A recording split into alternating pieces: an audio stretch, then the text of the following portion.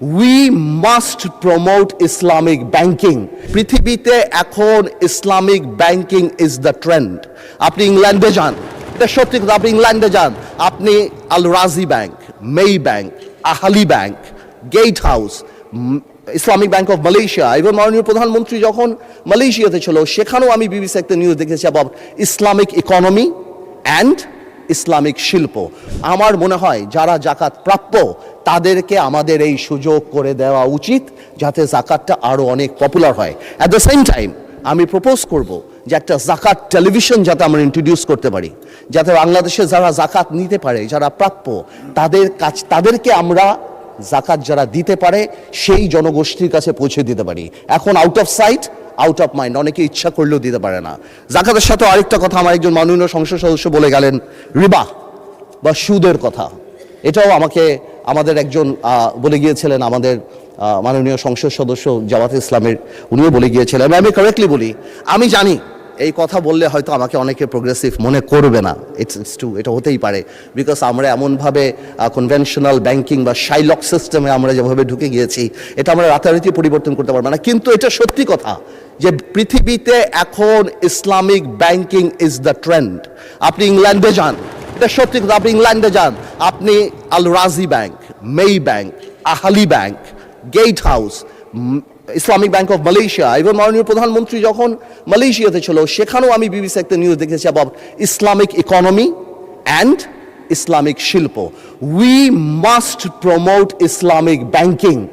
এক Islamic bank ডাকাতি হয়ে গেছে এই কারণে, যেটা আমার এক ভাই বললেন ওখানে দাঁড়িয়ে, যে ইসলামিক ব্যাংক ডাকাতি হয়ে গিয়েছে বিকজ ডাকাত খারাপ ছিল।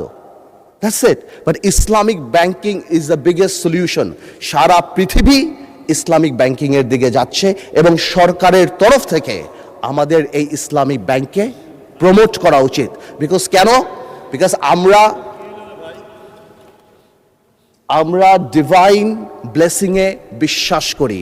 আমরা বিশ্বাস করি ইসলামিক ব্যাংকিং যত প্রমোটেড হবে বাংলাদেশে, ইসলামিক হবে, আল্লাহ তাআলার সেই রহমত, ডিভাইস ব্লেসিং আমাদের উপরে আসবে। এবং ইনশাল্লাহ আমার এক ভাই বলেছিলেন বেশ কিছুদিন আগে, আমি নাম বলবো না, উনি বলেছিলেন যে আমরা সিঙ্গাপুর বা কোরিয়া বা সোল হতে হবে।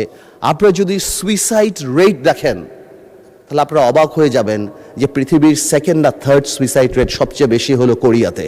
সো আমরা ডেভেলপমেন্টের সাথে শান্তি চাই, আমরা ডেভেলপমেন্টের সাথে ডিভাইন ব্লেসিং চাই, আমরা ডেভেলপমেন্টের সাথে আল্লাহ তাআলার রহমত চাই যাতে আমরা শান্তিতে থাকতে পারি বাংলাদেশে। মাননীয় স্পিকার, একটা কথা তো রাইটলি চলে আসে, যেই কথাটা বারবার বলে, স্পেশালি আমাদের অপোজিশন থেকে বলা হয় বাজেট নিয়ে, যে এই বাজেটকে আমরা রিকভার করতে পারবো কি পারবো না, বা আমরা কি যেই পরিমাণ অর্থ আমাদের recover, because NBR doesn't have a good track record. এটা একদম দিবালোকের মতো সত্য। আমার দাঁড়িয়ে বললে তো হবে না যে না আমরা এটা করতে পারবো, এনবিআর ট্র্যাক রেকর্ড ভালো না, কিন্তু এটা মানতে হবে এনবিআর এর ট্র্যাক রেকর্ড কবে ভালো না? এনবিআর এর ট্র্যাক রেকর্ড তখন ভালো না যেই 17 বছর there was state patronised corruption in this country, তখন এনবিআর রেকর্ড ভালো না। যখন এই বাংলাদেশে বাজেটই করা হতো, সেই দরবেশ লোটাস কামালের একটা গ্রুপ মিলে যাদের কাজই ছিল কিভাবে আমরা বাংলাদেশকে লুট করব, এবং যেহেতু তাদের লুটের প্রসেসটা যাতে খুব সিম্পল হয়, যে পাইপলাইনটা এনবিআর এর ডিরেক্টর থেকে আরম্ভ করে যে প্রসেসটা, তারা সবাইকে করাপ্টেড করতো। আর জনগণকে কি দেখানো হতো?